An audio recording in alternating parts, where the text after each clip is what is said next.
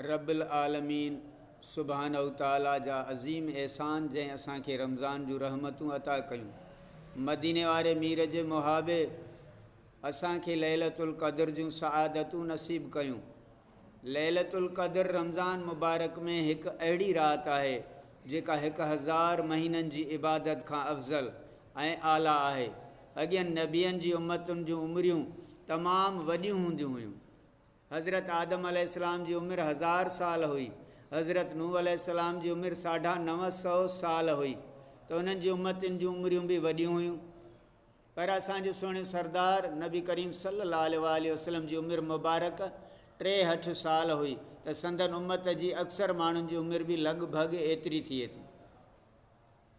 पोइ अल्लाह करीम पंहिंजो फज़ुल फ़रमाए हिन उम्मत खे हबीबनि जे सदके लैलतुल क़द्र जी राति इनायत फ़रमाई, जेका उहा हिकु राति जागी इबादत करे त उन जे दफ़्तर में 1000 महीननि यानी 83 साल 4 महीननि जी इबादत जो अजर लिखियो वञे थो। उन राति जी अज़मत बाबति अल्लाह पाक क़ुरान करीम में फ़रमायो, बिस्मिल्लाहिर रहमानिर रहीम, इन्ना अंज़लनाहु फ़ी लैलतिल क़द्र।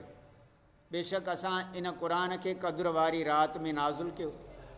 वमा अदराक मा लैलतुल क़द्र, तोखे कहिड़ी ख़बर त लैलतुल क़द्र छा आहे। लैलतुल क़द्र ख़ैरुम मिन अल्फ़ शहर।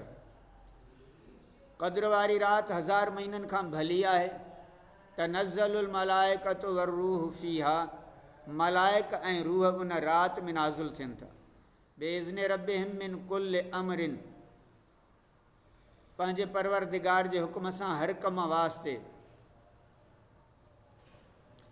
बेइज़्नि रब्बिहिम मिन कुल्लि अमरिन सलाम हे हत्ता मतलइल फ़ज्र, पंहिंजे परवरदिगार जे हुक्म सां हर कम वास्ते इहा राति पिरह फुटण ताईं सलामती वारी आहे।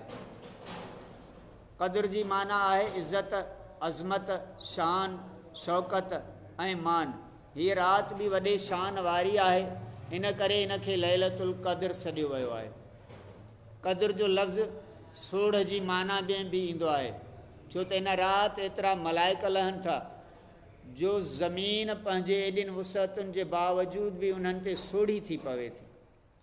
क़द्र जी राति क़ुरान जे नाज़िल थियण जी राति आहे, यानी हीअ राति क़ुरान जी सालगिरह जी राति आहे। तफ़सीर रूहुल बयान में आहे त पूरो क़ुरान मजीद जिब्राइल अमीन हिकु ई भेरो लोह महफ़ूज़ खां आणे दुनिया वारे आसमान ते बैतुल